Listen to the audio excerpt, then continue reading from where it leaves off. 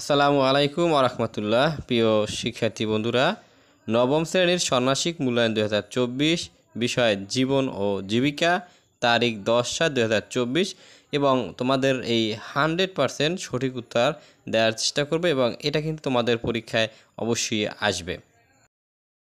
কাজ হলো যে উদ্ভাবনীমূলক ব্যবসায়িক বিনিয়োগ পরিকল্পনা প্রণয়ন। প্রথম অংশ যে পরিবারের জন্য ব্যবসায় নির্বাচন। ধাপ ক, পারিবারিক আর্থিক পরিস্থিতি বিশ্লেষণ। উত্তর যে পারিবারিক বাজেট তৈরি। পারিবারিক বাজেট তৈরির জন্য তোমরা একটা ছক আঁকে নেবা এবং প্রথম কলামে দেবা কর্মিক নং, তারপর দেবা মূল খাত, এবার দেবা যে উপখাত, এরপরে তোমাদের বাজেট। তাই প্রথমে আমরা কর্মিক নং একে আসি। এখানে দেওয়া আছে খাদ্য। দেখো খাদ্য আমাদের হইতে পারে কি কি, চাল, আটা, তেল, মাছ, মাংস। এর জন্য আমরা বাৎসরিক 7,000 টাকা ধরছি। সবজির জন্য 1,000 টাকা, ফলমূল, মিষ্টি ইত্যাদি অন্যান্য এর জন্য আমরা ধরছি 500 টাকা। এবার আসি 2 নাম্বার যে বস্ত্র, নতুন কাপড় দেয়া আছে 2,000 টাকা। এরপরে কাপড় সেলাই 500 টাকা। এরপরে কাপড় ধোয়া 500 টাকা। এভাবে তোমরা কিন্তু সাজাই নেবা। 3 নম্বরে বাসস্থান, যেমন বাসা ভাড়া বা নতুন ঘরের খরচ বাবদ ধরবা 15,000 টাকা। এবারে 4 নাম্বার শিক্ষায় তোমরা ধরবা শিক্ষা প্রতিষ্ঠানের বেতন বা শিক্ষা সামগ্রী। চাইলে দুইটা একত্র করে 1,000 ধরতে পারো, আবার চাইলে তোমরা এভাবে আলাদা আলাদাও নিতে পারো, যে শিক্ষা প্রতিষ্ঠানের বেতন 700 টাকা, আবার শিক্ষা সামগ্রী 300 টাকা। এরপরে 5 নম্বরে যোগাযোগ ও যাতায়াত, তাহলে যাতায়াত ভাড়া 1,000 টাকা। এখন এরপর আমরা কাজ করব যে এটা টোটালটারে যোগ করে নেব, আর টোটালটারে যোগ করলে হয় 15,000 টাকা।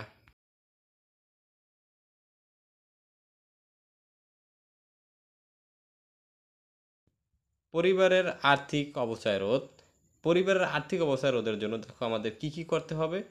যে পরিবারের আর্থিক অবসায় রোধে বিভিন্ন পদক্ষেপ গ্রহণ করা যায়, যেমন 1 নম্বরে খাদ্য অপচয় না করা, 2 নম্বরে কাপড় থাকতেও নতুন কাপড় না কেনা, 3 নম্বরে অযথা খরচ না করা, 4 নম্বরে বিদ্যুৎ অপচয় না করা, 5 নম্বরে পানি অপচয় না করা। এরপরে যে অর্থ সংশ্লিষ্ট কাজের দায়িত্বর তালিকা। 1 নম্বরে দেওয়া যে পরিবারের বর্তমান আর্থিক অবস্থা বিশ্লেষণ, 2 নম্বরে বিনিয়োগের খাত নির্বাচন, 3 নম্বরে বিনিয়োগের লক্ষ্য উদ্দেশ্য নির্ধারণ, 4 নম্বরে বিনিয়োগের ফলাফল মূল্যায়ন।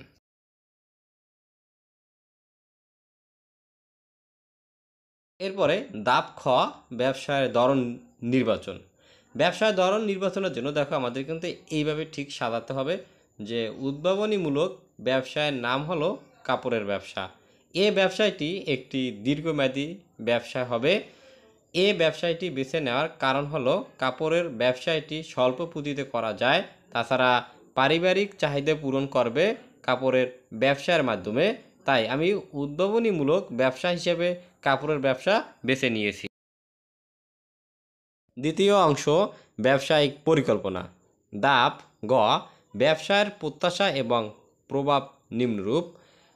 উত্তর হবে এ কাপড়ের ব্যবসায়টি থেকে আমি প্রত্যাশা করি যেন আমার পরিবারের চাহিদা পূরণ করতে পারে এবং কিছু মুনাফা অর্জিত হয়। এ ব্যবসায় কাজের জন্য সোশ্যাল মিডিয়া প্রযুক্তি ব্যবহার করা যেতে পারে, কারণ বর্তমান সোশ্যাল মিডিয়া অনেক শক্তিশালী একটি মাধ্যম। এ ব্যবসায়টি অবশ্যই টেকসই ও উদ্ভাবনীমূলক, তার কারণ ব্যবসায়টি খুব সহজে করা যাবে এবং ব্যবসায়টি টেকসই। ব্যবসায়টি একটি উদ্ভাবনীমূলক ব্যবসা যা স্বল্প পুঁজির মাধ্যমে করা যাবে। প্রাকৃতিক ও সামাজিক পরিবেশগত, এ ব্যবসায়টিকে কোনো ধরনের ক্ষতি করবে না, কারণ এটি একটি পরিবেশ বান্ধব ব্যবসা। ধাপ গ, যে ব্যবসায়টির জন্য আর্থিক বিশ্লেষণ।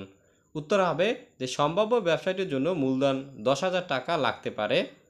এ ব্যবসায়টির জন্য মূলধন পরিবার থেকে সংগ্রহ করা সম্ভব। এরপর দিতে হবে যে সম্ভাব্য ব্যবসায়ের আয়, ব্যয় ও মুনাফা নির্ধারণ। ব্যয়, আয়, মুনাফা এই 3টা কলাম আঁকে নেবা। এরপর এখান থেকে বাজে ক্রয় 500 টাকা, সেলাই মেশিন 3,500 টাকা, যাতায়াত খরচ 1,500 টাকা। তাহলে মোট টাকা হয়, আয় হয় কত, 1,200 টাকা, আর মুনাফা হয় কত, 2,000 টাকা। ধাপ উমো, যে বিপণন আইডিয়া ও গ্রাহক সেবা। উত্তর উৎপাদিত হবে যথা যেমন পণ্য বিক্রয়ের জন্য যে যে কৌশল অবলম্বন করা: ১ পণ্যের প্রচার করা, ২ তথ্য প্রযুক্তির সাহায্যে নেওয়া, ৩ পণ্যের কোয়ালিটি বাড়ানো, ৪ উন্নত সেবা প্রদান, ৫ ক্রেতাদের সাথে ভালো আচরণ। বিশেষ কোনো বিপণন আইডিয়া হলো তথ্য প্রযুক্তির ব্যবহার। গ্রাহকের জন্য সুবিধা হচ্ছে হোম ডেলিভারি দেয়া। গ্রাহক সেবার সাথে জড়িত নতুন প্রযুক্তি হিসেবে আমরা তথ্য প্রযুক্তিকে ব্যবহার করতে পারি, কেননা বর্তমান যুগ হচ্ছে তথ্য যোগাযোগ প্রযুক্তির যুগ। এ তথ্য প্রযুক্তিকে কাজে লাগিয়ে আমরা গ্রাহক সেবা নিশ্চিত করতে পারি। প্রিয় শিক্ষার্থীরা, এই ছিল তোমাদের প্রশ্নের উত্তর। পরবর্তীতে আবার তোমাদের মাঝে অন্য কোনো প্রশ্ন নিয়ে হাজির হব। ততক্ষণ তোমরা সুস্থ থাকো, ভালো থাকো। আল্লাহ হাফেজ।